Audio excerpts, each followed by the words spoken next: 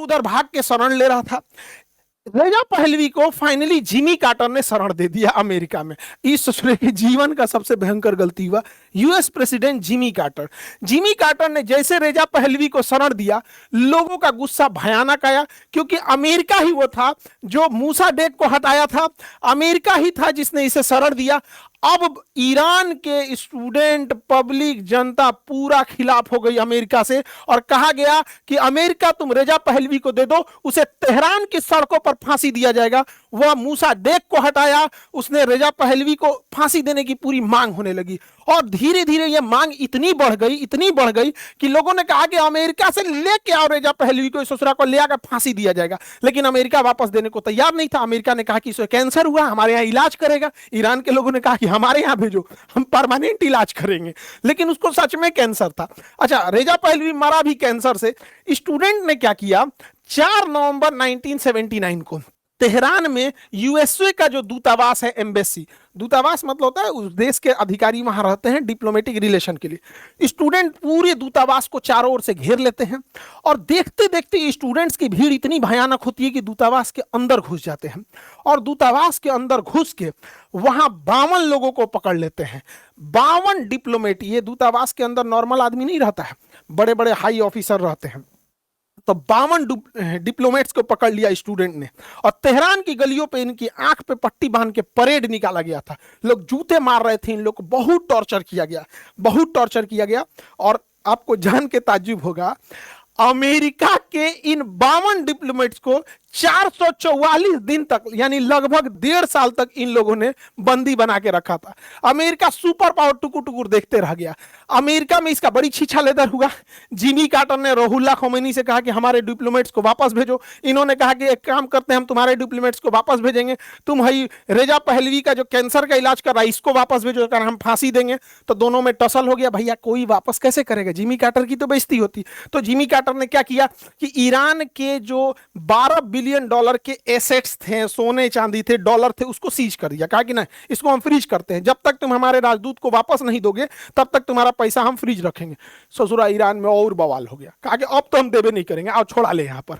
तो अमेरिका का घनघोर बेइज्जती पूरी दुनिया में। तो अमेरिका ने प्रतिबंध लगा दिया, कहा कि ईरान से जो भी तेल खरीदेगा, गैस खरीदेगा, व्यापार करेगा, उसको हमारी कंपनी टेक्नोलॉजी नहीं देगी, पैसा नहीं देगी, फंड नहीं देंगे, हथियार नहीं देंगे।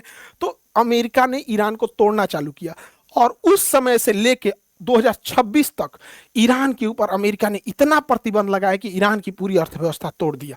लेकिन जिमी कार्टर के ऊपर दबाव था कि आप छोड़ाइए इन कैदियों को, हमारे डिप्लोमेट्स को वापस लाइए। मीडिया लगातार जिमी कार्टर से पूछ रही थी। तंग आकर जिमी कार्टर ने ऑपरेशन ईगल क्लॉ को बोल दिया, अनुमति दे दिया। 1980 में अमेरिका अपना का सबसे फेल्ड ऑपरेशन करता है। ऑपरेशन का नाम रहता है ऑपरेशन ईगल क्लॉ। 1980 इस ऑपरेशन में टोटल 6 C-130 सुपर हरकुलिस जहाज को भेजा जाता है। इस जहाज की खासियत ये कहीं उतर सकता है, इसमें चक्का भी होता है, और चक्का के नीचे अगर हम लोग इसमें एक तरह का समझिए एक जूता पहना दीजिए, स्लेट पहना देंगे, तो ये बर्फ पे भी उतर सकता है, रेगिस्तान में भी उतर सकता है, बालू पे भी उतर सकता है, कच्ची सड़क पे भी उतर सकता है। इसमें धूल गर्दा जाने का टेंशन नहीं, क्योंकि इसमें ना टर्बो प्रोप इंजन होते हैं, विंग्स बाहर होता है, तो अंदर कुछ फंसने का झमेला नहीं होता है। तो ये कहीं भी उतर सकता है, तो ये रेगिस्तान में भी उतर सकता है। तो सुपर हरकुलियस मिलिट्री जहाज 6 जहाजों को भेजा गया ऑपरेशन ईगल क्लू में। कुछ में कमांडो थे और कुछ खाली था जो बंधकों को वापस लेके आता। लेकिन याद रखिएगा 6 गो में से 5 गो लौटेगा, एगो भड़क जाएगा। आगे देखते हैं इसमें और क्या क्या शामिल था। तो उस समय का सबसे एडवांस और बड़ा हेलीकॉप्टर था MH-53 हेलीकॉप्टर। इस चलता फिरता 2 BHK का घर था, बहुत बड़ा हेलीकॉप्टर था, एयर रिफिलिंग कर देता था। 8 भेजा गया, 8। याद रखिएगा एक को वापस नहीं आने वाला है, एक भी वापस नहीं आएगा। अभी आगे मजा देखते चलिए यहाँ पर।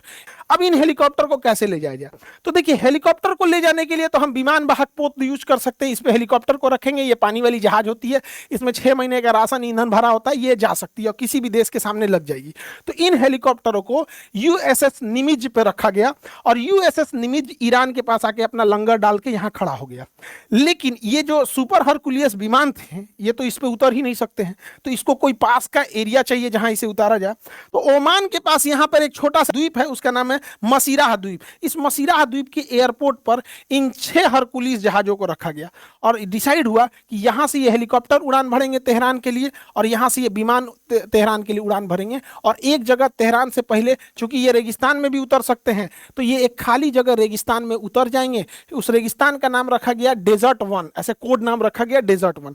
अब देखिए 1980 का दशक चल रहा है, रेगिस्तान में वैसे ही कोई रहता नहीं है, दूर दूर तक रेगिस्तान में कोई नहीं रहता है। तो इन लोगों ने पहले डिसाइड किया था एक सुनसान रेगिस्तान तेहरान से 150 किलोमीटर दूर, वहां इन लोगों ने हेलीकॉप्टर और रेगिस्तान में जहाजिया को उतार देंगे लोग। और वहां पे ना मोबाइल था उस समय, कोई देखियो लेगा तो गोली मार देंगे सब, या तो बंधक बना लेंगे। ना मोबाइल था, ना सैटेलाइट उतना एडवांस थे, तो रेगिस्तान में पड़े रह जाएंगे तो कोई दिक्कत नहीं है। और उसके बाद यहां से जाएंगे हम तेहरान और तेहरान से उनको छोड़ा के लाएंगे। तो इनका प्लान सब ठीक ठाक चल रहा था। अब इसमें CIA की एंट्री होती है। यहां से USS निमित्त से 6 हेलीकॉप्टर 8 हेलीकॉप्टर उड़ान भरते हैं और इस मसीह बंदरगाह से उड़ान भरते हैं यहां से इसके हरकुलियस जहाज। अब ये जहाज लोग जब यहां पहुंच जाता है तो यहां पर CIA क्या करती है, ट्रक लेके खड़ी रहती है। ये फोर्ड ट्रक्स थे यहां पर। ये CIA का प्लान था कि यहां से इन कमांडोज को ले जाएंगे हम तेहरान के लिए, और तेहरान में जो उसके 52 राजदूत बचे हुए हैं, सब जो इनके बंधक बनाए गए हैं डिप्लोमेट, इनको कमांडो जाएंगे और वहां जितने सिक्योरिटी होंगे उनको गोली मार देंगे लोग, और इन बंधकों को उस जीप में बैठा के इसमें और तेहरान के एक स्टेडियम में ले जाएंगे लोग। स्टेडियम में, अब ये स्टेडियम में क्या होगा, तो फिक्स ये हुआ कि स्टेडियम में जब हम इन बंधकों को ले जाएगा CIA छुड़ा के, तो स्टेडियम